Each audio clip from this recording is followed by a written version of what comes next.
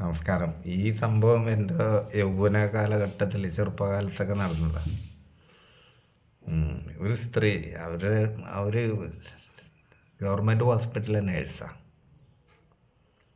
അന്നൊക്കെ അപൂർവ ആൾക്കാരാണ് ഞങ്ങളുടെ ഭാഗത്ത് നേഴ്സിംഗ് പ്രൊഫഷനൊക്കെ തിരഞ്ഞെടുത്തതുള്ളൂ.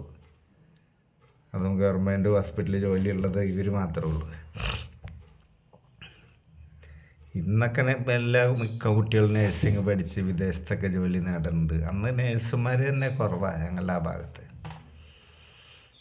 ഇവരുടെ ഹസ്ബൻഡിന് ഗവൺമെൻറ് ജോലിയാണ്. അയാൾ വേറെ ജില്ലയിലൊക്കെ ആവും ട്രാൻസ്ഫർ പോയി അവിടെ ഇവിടെയൊക്കെ കിടക്കും. കാരണം അയാൾ ഇതൊക്കെ ഒരു പണിഷ്മെൻ്റൊക്കെ മേടിക്കണ ആളാണ്. എന്താ അറിയില്ല. ഇവർക്ക് 2 പെൺമക്കളുണ്ട്. അതിൽ ഒരുത്തി എൻ്റെ ഒപ്പം പഠിച്ചതാണ്. 1 തുടങ്ങി 7 വരെ. ടോപ്പാ. ഹാഫ് സ്കേർട്ടൊക്കെ ഇട്ട് ഇങ്ങനെ കണ്ടാൽ ആ കാലൊക്കെ. പിന്നെ അനിയത്തി 2 വയസ്സിനൊക്കെ ഇളയതായിരിക്കും.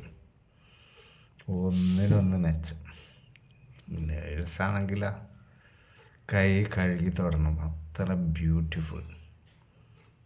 അതിൻ്റെ മുഖമൊക്കെ തന്നെ ഒരു മതാലത്തെ ലുക്കാണ്, സെക്സിയാണ്. അവരുടെ മുഖം കണ്ടാൽ തന്നെ നമുക്കൊരു അവരുടെ നോട്ടം, അവരുടെ കണ്ണുകളൊക്കെ ഒരു കാമം കത്തി നിൽക്കണ ഒരിതാണ്. അവർക്കൊരു ബോയ് ഫ്രണ്ട് ഉണ്ട്. ഭർത്താവില്ലാത്തപ്പോൾ വീട്ടിൽ വന്ന് പകലും പരിപാടി എടുക്കും, ചിലപ്പോൾ രാത്രി വരും. മക്കളിത് കാണുന്നുണ്ട്. മക്കൾ പ്രായപൂർത്തിയായി വരുമ്പോഴും ഈ തള്ള ഇത് കണ്ടിന്യൂ ചെയ്യും. അവർക്കൊരു കുറ്റബോധം ഒന്നുമില്ല. പോലീസുകാരനോടുള്ള ഹസ്ബൻഡിനോടുള്ള പ്രതികാരമാണ്, എന്താ അറിയില്ല. ഏതായാലും മക്കൾ വലുതാവുമ്പോൾ മക്കൾക്ക് ഇതിൻ്റെ ആഗ്രഹം വരൽ തുടങ്ങി. അങ്ങനെ ഒരുത്തി എൻ്റെ ഒപ്പം പഠിച്ചാണെന്ന് പറഞ്ഞില്ലേ, പക്ഷെ എന്നോടൊന്നും മിണ്ടൂല. എന്താ അറിയില്ല. അവളൊരു ബോയ് ഫ്രണ്ടിനെ കണ്ടെത്തി. വീട്ടിൽ അമ്മ ഏതായാലും കൊണ്ടുവരണുണ്ടല്ലോ. രാത്രി രഹസ്യമായിട്ട് റൂമിൽ കയറ്റൽ തുടങ്ങി. ഇത് അനിയത്തി കണ്ടുപിടിച്ചിട്ട് പ്രശ്നം ഉണ്ടാക്കിയില്ല. അനിയത്തി ഇതിലേറെ മൂത്ത് നിൽക്കുക. അപ്പോൾ അവിടെ ഉള്ളൊരു ചെക്കനുണ്ട് ഈ ആശാരിപ്പണിയൊക്കെ എടുക്കണം. ഇതൊക്കെ ടെമ്പററി അഡ്ജസ്റ്റ്മെൻ്റ്, അല്ലാണ്ട് പ്രേമം കെട്ടാൻ പോവുകയാണ്, ആത്മാർത്ഥത മരിക്കാൻ പോലും തയ്യാറാണ്, അങ്ങനെയൊന്നുമല്ല. വള്ളി പരിപാടി ബന്ധം. ഈ ചെക്കനെ വിളിച്ച് കയറ്റി. അതായത് ഒരു രാത്രി 3 റൂമിലും പരിപാടി. അമ്മ അപ്പുറത്ത് കയറ്റും, മക്കൾ ഇവിടെ കയറ്റും, വലിയവൾ ഇവിടെ, ചെറിയവൾ അപ്പുറത്തെ മുറിയിൽ. കുറേ കാലം അങ്ങനെ അവർ ജീവിച്ചു. പിന്നെ തന്ത തിരിച്ച് ട്രാൻസ്ഫർ നാട്ടിൽ വന്നപ്പോൾ അയാൾ പഠിക്കുക തള്ള കൊണ്ടുവരും. മക്കളും കല്യാണം കഴിയോളം ഈ രഹസ്യ ബന്ധങ്ങൾ തുടർന്ന്. ഞാനീ പറഞ്ഞു തരണതേ, അന്നൊക്കെ സെക്സ് വളരെ ഫ്രീ ആയിരുന്നു എന്ന് പറയാം. ഒരു വീട്ടിൽ അമ്മ ഒന്നും വഴക്ക് പറയില്ല, കാരണം അമ്മ കേട്ടിട്ടുണ്ട്.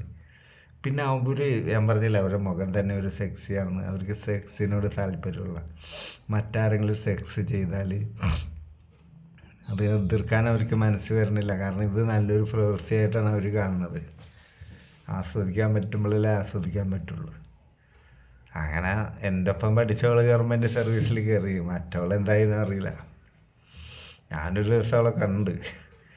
ഞാൻ നല്ല കുടിച്ചിട്ടുണ്ടേ. ഇപ്പോൾ എന്നോട് വലിയ ലോകത്തിലൊക്കെ വർത്താനം പറഞ്ഞ പിന്നെ നമുക്ക് മനസ്സിലായി ഞാൻ വെള്ളം അടിച്ചിട്ടുണ്ട്. നീ കുടിച്ചിട്ടുണ്ടല്ലേ, പോ.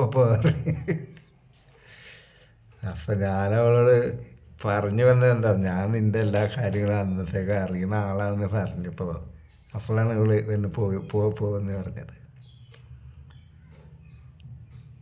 അത്ര സിമ്പിളാണ് കാര്യങ്ങൾ. അപ്പുറത്തെ മുറിയിൽ അമ്മ, അപ്പുറത്തെ മുറിയിൽ അനിയത്തി, ഇപ്പുറത്തെ മുറിയിൽ ചേച്ചി. ഇത് സർവ്വസാധാരണമായിട്ടുള്ള സംഭവമായിരുന്നു അന്നൊക്കെ. അല്ലാണ്ട് ഇന്നത്തെ പോലെ പൂച്ചുവലുങ്ങകൾ ഉണ്ടായിരുന്നില്ല. ഇന്നെന്തോ ഒരു മൂഡിലല്ല ഞാൻ. നാളെ നല്ലൊരു വീഡിയോ ചെയ്യാം. അപ്പോൾ എല്ലാവർക്കും നമസ്കാരം.